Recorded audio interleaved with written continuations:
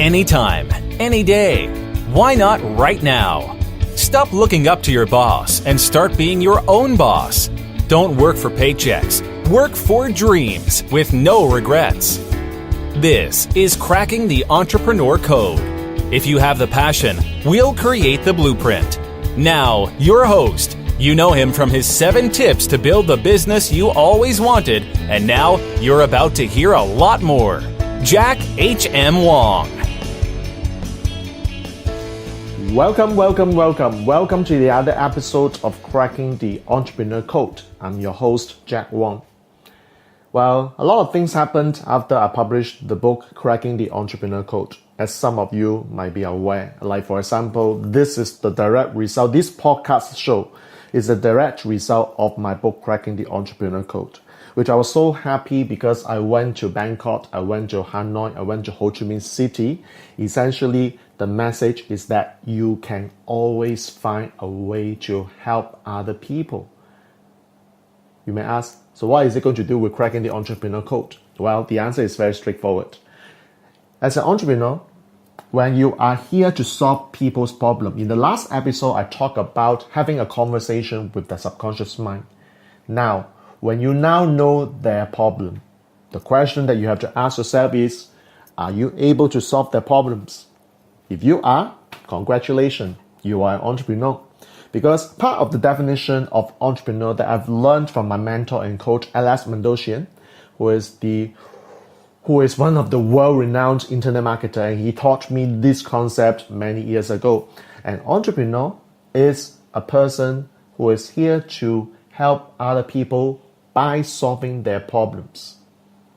But you may ask, what if I'm not the one to solve the problems? What can I do? So here's the good news.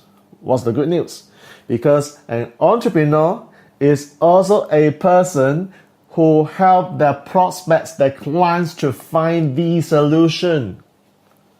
So that is interesting.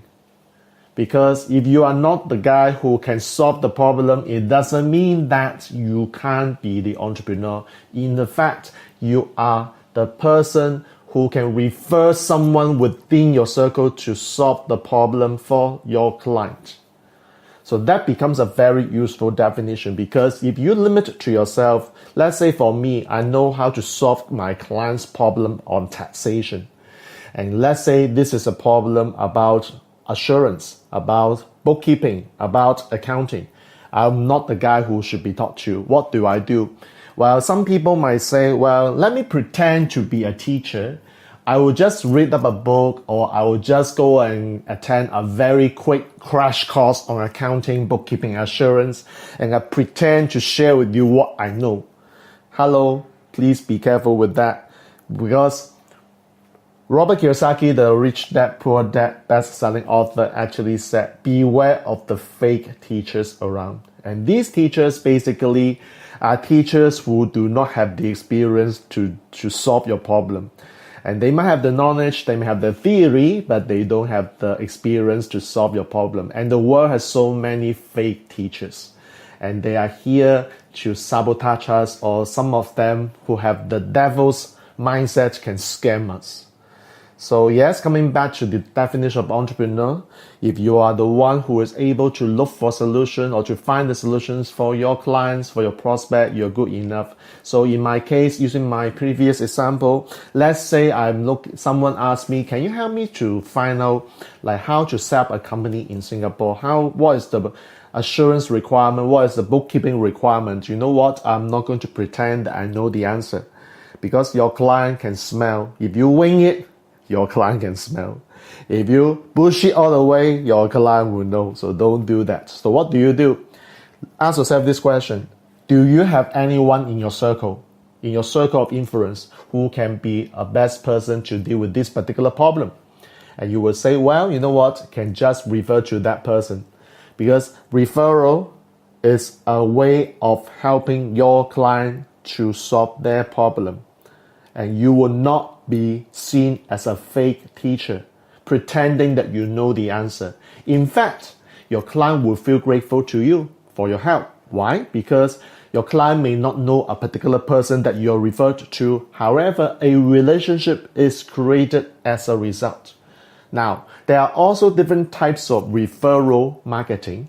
Now, you have to be careful with that. And again, I do not want to talk about this right now, but just bear in mind that there are different ways you can make referrals, because some referrals work pretty well. Some referrals may not work well, and it's very contextual. You do need to see what situation it is in for you before you decide what types of referral you want to make, okay? But having said that, if you are an entrepreneur, remember the definition is simple. You are here to solve your client's problem, or if you cannot solve the client's problem, find the solution for your clients. That's it. Now, next question. The question I have for you is that, do you know what exactly their problems are? Now you may ask, okay, the problem is I'm not happy. Okay, is that good enough? Because honestly, most people actually don't know what their problems are. You heard me. Most people actually don't know what their problems are. So you do need to question and ask. It's okay to ask, like, why are you not happy? I'm not happy with my wife. Okay, good. Thank you. What is happening between you and your wife that makes you unhappy? Because my wife is not talking to me. You see, by asking further questions, you are gaining clarity of that problem. Because if you say that I'm dealing with happiness, what aspect of happiness are you dealing with? Because I can be unhappy due to my work commitment. I can be unhappy because of my financial situation. I can be unhappy because of my family relationship. I'm not happy because of my relationship with my children. There's so many aspects of making someone that is unhappy. So as an entrepreneur, while we say you have to solve clients' problem, you need to know exactly what the problem is.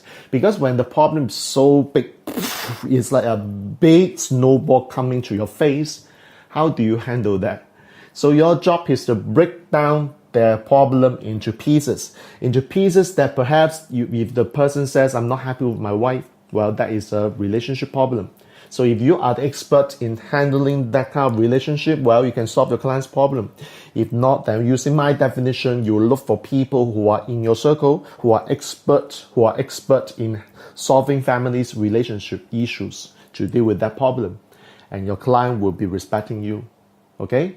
So do not just take it as, okay, the problem is being unhappy, so therefore I'll be the one solving my client's problem. You do have to chunk it down. And the process of chunking something down from big to small is basically by asking further questions. Now in neuro-linguistic programming, we have a process called meta-modeling. So meta-modeling basically is to chunk down a big abstract into smaller pieces that is more understandable, that's easier to absorb, and that's easier to work with. Okay, so this is what I advocate. Now you may have another question. So once I know the problem, how do I solve the problem? And when can I solve the problem? So this is what we call like working with clients on the timeline, on the deliverables. Like many people, when they say, okay, finally I know that it is a problem on family relationship, and very eagerly the person will say, okay, let me work with you, let me set my fee quote, let me talk about what's the deliverables. My question for you is that too early to talk about that? Because the problem the client is facing, I call this the point A. However, if your client cannot see point B, which is as a result of your help, what would they see, what would they feel, what would they hear? It's too early to actually close the client.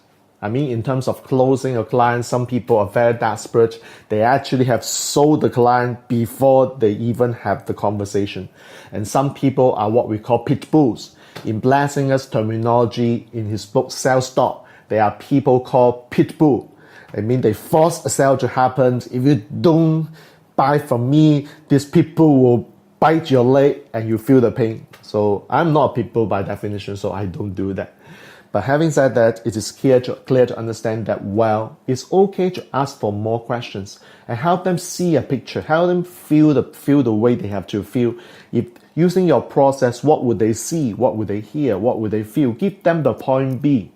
And only when you have painted the point A and point B, now is the time to talk about your process. What is your process? Your process of helping the person to move out of point A towards point B. And if the person feels that you are the one who is able to help them transition from point A to point B, now it might be the time to talk about how you can do that and your offer. Okay? When you make an offer, it's very important. A lot of people, they're so eager to sell, and therefore they have sold it too early in the process. So don't do that.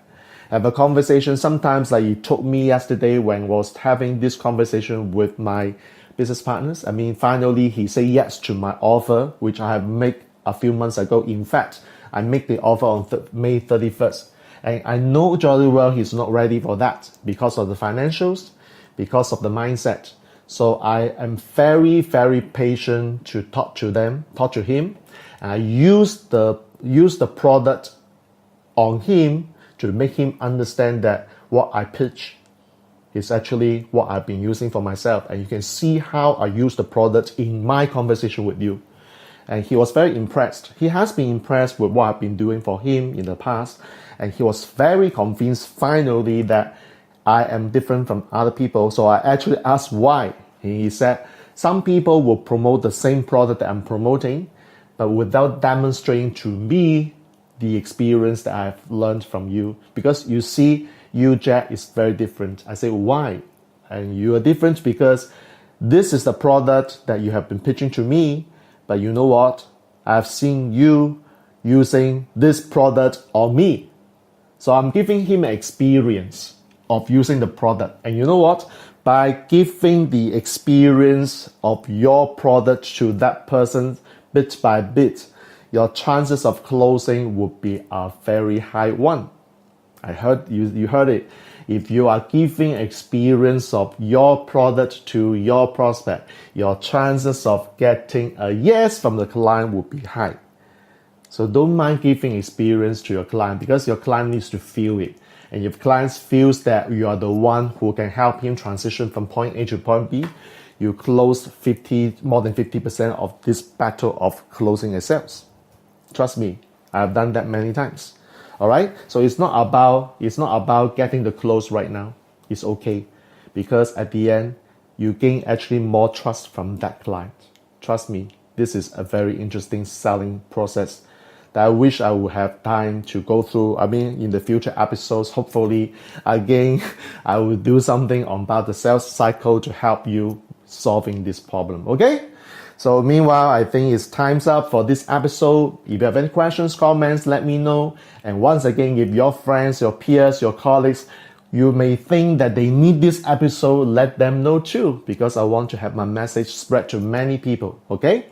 So thank you for listening to this episode. I'm Jack Wong. I look forward to seeing you on the next episode. Be relentless and be prepared to ask as many questions as possible. Bye.